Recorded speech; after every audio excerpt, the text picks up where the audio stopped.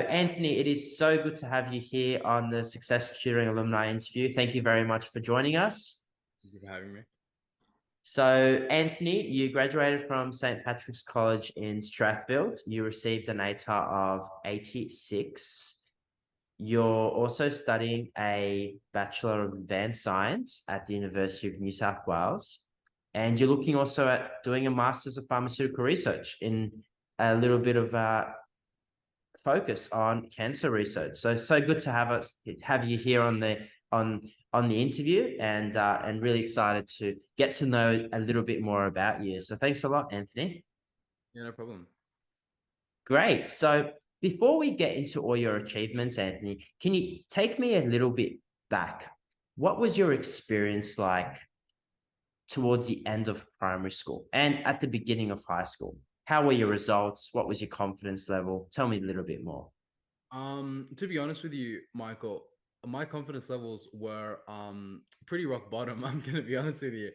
Where the transition from primary school to high school, I found quite challenging because my grades or my academic achievement in primary school was nothing really to speak of. Like I wasn't doing very well. I was struggling in class. I wasn't really listening. I wasn't paying attention.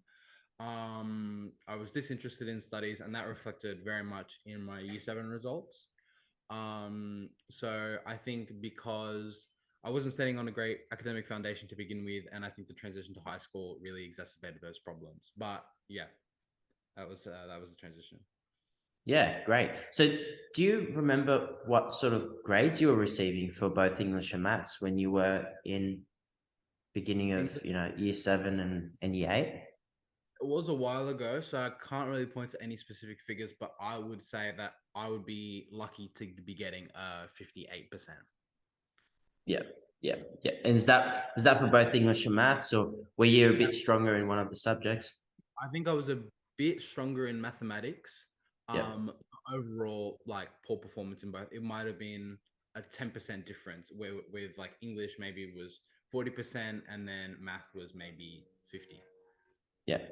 Why do you think that was? I personally think I was a little disenfranchised with like school to begin with because I was never really taught um how to you don't really need to be paid like taught how to pay attention, but I never really found that classroom environments were very interesting to me. I didn't really enjoy going to school. I was disinterested, I was bored. And I think that just reflected in a complete lack of passion to do well. So hence I was just like, oh, okay, I'm not gonna study, I'm not gonna do anything, I'm just gonna do the test so my mom doesn't yell at me, and then that's that. Yeah. So you felt like the classroom environment at school wasn't engaging. You weren't, didn't really motivate you to learn. No, no, no. Okay. So, and did you enjoy one particular subject over the other? Did you enjoy maths more than English, or was it both kind of the same thing? I would say I enjoyed maths more because it was more um simple in my mind, as in like I could really understand the processes that were going on rather than English, which is a bit more which is a bit harder to grasp, especially if you don't have a strong English foundation. But maths is a bit more like, especially year 7 and 8, it's your basic algebra, basic processes, which I found more enjoyable than English, which was having to understand these like long text techniques and things that I didn't really have a grasp on. Yeah. Yeah. Okay. Well, that was it towards year 7 and year 8.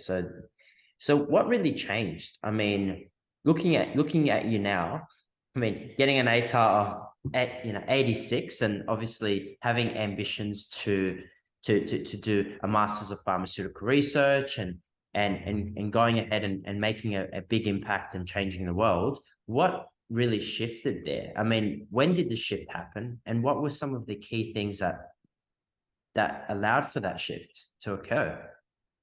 I think I think my time at like the success tutoring really changed my motivation to learn because previously to going, I was like, oh, I just really didn't care. about school because I just felt that the concepts were too difficult for me to understand and the teachers couldn't really help me.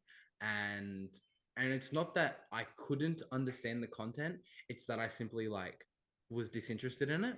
But then when I went to the center, and I think you were my first tutor, and like broke down the concepts, really explained to me one on one or in a group setting, and hence, and that made me sort of go, oh wait, I actually can do this. This isn't like, this is understandable to me. And I think that invigorated a passion to learn, a passion to do well, and especially because my grades went up considerably during my time, especially during the starting time. I had a renewed like passion to learn and do well. And then I think it's all sort of clicked from there. Yeah, great. I mean, I remember when I tutored you the first time and you came in and I had a look at your results and your mum was from what I recall, she was low-key panicking about the results because she knew that you're capable for so much more, but there wasn't just there was just that lack of motivation and that lack of passion and that really happened because of it might be because of the school environment, or maybe it was just because of the teacher, or just a few other factors. There's so many factors, but can't really point to it. But when I looked at your results, I was like, let's get those results. Let's make sure we really bump those results up. And so, yeah, I mean, from what I can remember, you were sitting around 50% or close to 50% in both of your subjects, and I think it was a semester you you actually came first in both English and maths. Yeah. Do you remember that? Yes, I do. I do. I remember not being able to go to the reward ceremony because I got my tooth knocked out. But yeah. Yeah. Yeah, so it's just insane. I was just like, I remember being like initially very shocked when the teacher was calling out the grade, and what she would do is she'd go like, "Oh, top to well, like top three," and then she was just like, "Oh, Anthony Oslam," and I'm like, "What? Like this has to be a mistake." But yeah, like I think that there was a very very strong shift in my grades from my motivation, and I it's very good. so what happened? I mean, was it like you started seeing things like was it like you started seeing maths in a different way? Did you put in more hours? Like what actually changed? I think the concepts became more accessible to me. And then this then, as I said, inspired passion. And then that then in turn led to more hours, more vigor doing my homework, more of a drive to actually understand the concepts because I knew that I could. Because even if like I had seen something, so for example, trigonometry, that's something a lot of people struggle with. Initially, I didn't get it, but then I thought, okay, well, if I learn algebraic functions and I didn't understand that initially, then I can do not trigonometric, just trigonometry, and then I can understand that, and I did. So I think that's how what really changed. It's that like I wanted to genuinely learn the concept because I knew I could because I was taught it very well at the center. Yep. Yep. Yeah, great. I mean, that really would have assisted you, and I can see how that would have, because you do get that personalized attention and that focus. Yeah. That's great. That's so awesome. It's such an inspiring story. I always share it with incoming tutors and people that are that get touched by the organization, because it's such an inspiring story, and I can honestly say it looks like it's actually changed your life and changed your perception on learning, especially in such an early age, especially in year 7 and year 8. It plays a really big impact. So fast forward a few months afterwards. So you scored top in both English and maths. So Mm. what happened there? I mean, I heard that you moved schools. So can you give us a bit of a background there? Yeah, so I did end up moving schools to somewhere that my mom felt was more of a positive work environment. because she saw that like as I was motivated, I couldn't really like reach out to other people to share that sort of same passion or same drive to learn. So she felt like, okay, I should go to somewhere else that had a bit of a stronger academic standing, a bit of a more focus on like testing and that. And then so yeah, ended up moving schools and I ended up really liking my choice. So yeah, that's like that's my reasoning for like moving. Yeah. Yep. So from my understanding and from what you've just shared with me, it's like you were around other people that were willing to learn and improve their academics. Yeah. And that then I think because I think that then inspired me to move forward because I saw how accessible like a passion for learning was to other people. So I was like, oh, okay, then that I therefore can do that as well. Yeah. So how much do you think the people around you or whatever surrounds you plays an impact over what you actually achieve? I think it has an extremely strong role. I no doubt there are people who can, be in a team of people who don't care and they can do extremely well. But I think for most of us, I think that the people around us are a great motivator, great teachers, a great everything for our motivation, for how well we can succeed. A little tip is just, I mean, if you look at study guides, everyone says make a study group, get like-minded people who want to do well, and that will make you do better. So I think it plays an extremely strong role. Would you say that success tutoring was one of those key motivators there for you to take that next step? Yeah, I would say that. Yeah, because I think it was one of my first tutors. I might be forgetting her name. I think her name was Ivana. She was like, she actually told me, "Oh, get a study group together." Like, you clearly want to learn, but this was back when I was still at my past school. Like you clearly want to learn, but like you can't really share notes, you can't collaborate, you can't do anything, so you should get like-minded people. And I think that was a strong inspiration to do that, and it did work because I did continue those strategies and it did bring me success. Yeah, yeah. So considering that not everyone has that opportunity to be around motivational influences or like people that can influence you to perform at a good standard in your studies, or may not be at the top school in Australia where everyone is so highly motivated. What advice would you give students that are not around motivating role models?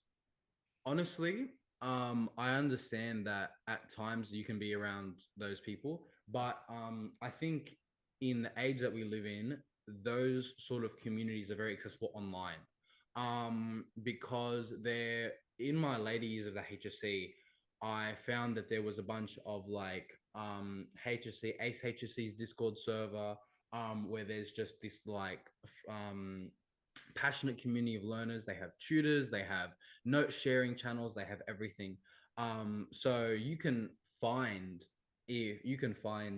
like these passionate people pretty much anywhere. Even if they're not available to you at your school, your family, anywhere like that. Also, like with even if that isn't an option for you, I know this quote is kind of cringe, but like it's like be the change you want to see in the world.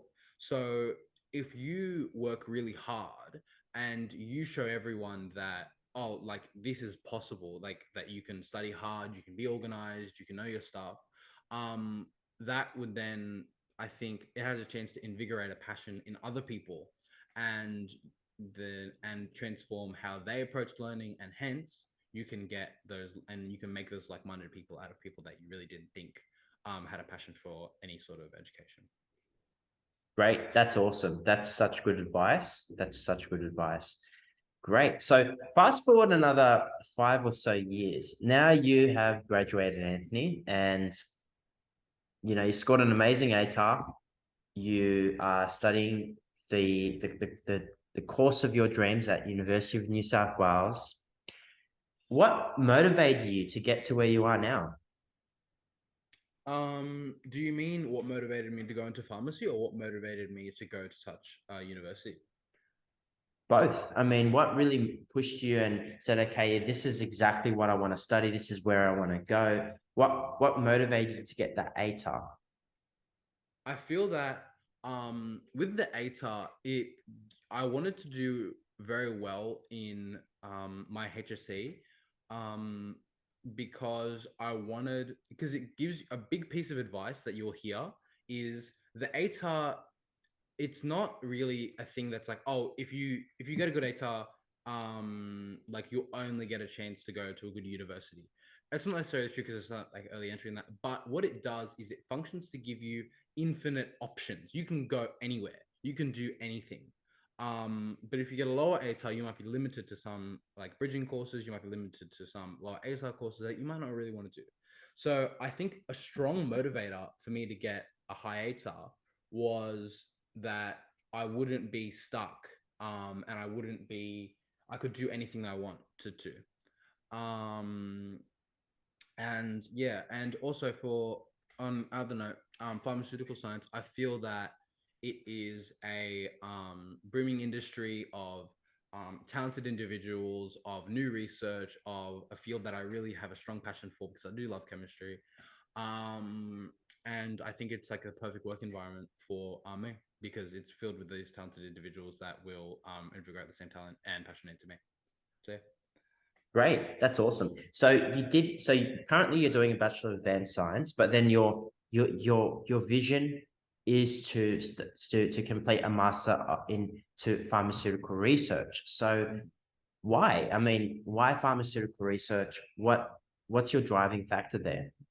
So I do want to get the masters behind pharmaceutical research to get a competitive edge for a career in pharmaceutical sciences, so that I can research drug synthesis and new pharmaceutical applications for oncology medicine, especially for pain relief, because I feel that there's a big gap in the market for treatments that are not only effective in reducing pain, but also reducing the overall impact of cancer on the patient.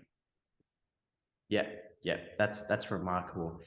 I'm sure you're gonna make a huge impact in pharmaceuticals in the future. So yeah, that's amazing, Anthony. It's so yeah, I'm really so proud to actually be interviewing you now and being able to share your story with the rest of the world about this because that's so good. So for any student that is in high school that's watching this at the moment, what advice or tips would you give them? Um, there's so many to list. I would say that the first thing is there is there are so many resources and everything online that extend so far beyond anything your high school can give you.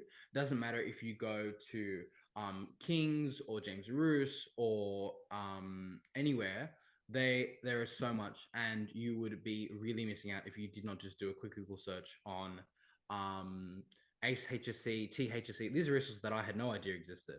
They will give you past papers, they will give you revision booklets, they will give you notes.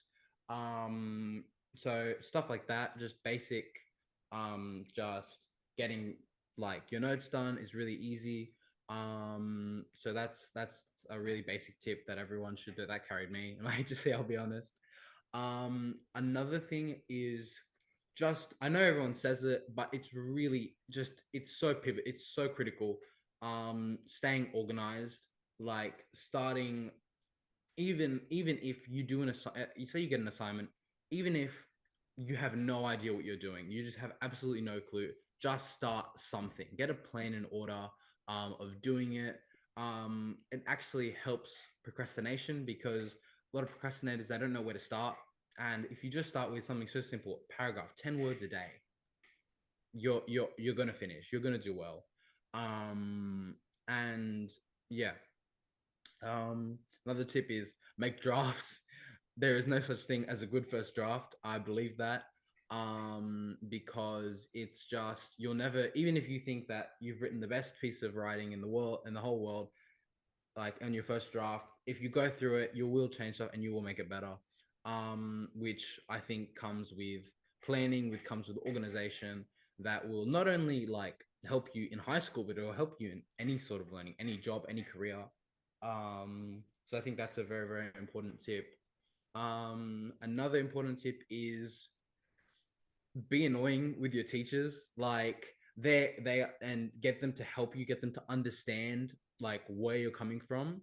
And because like, and get them to review your stuff, and like, because that's what they're there for. If they don't, or if they just refuse, if they're not good, tutoring's always there to help you.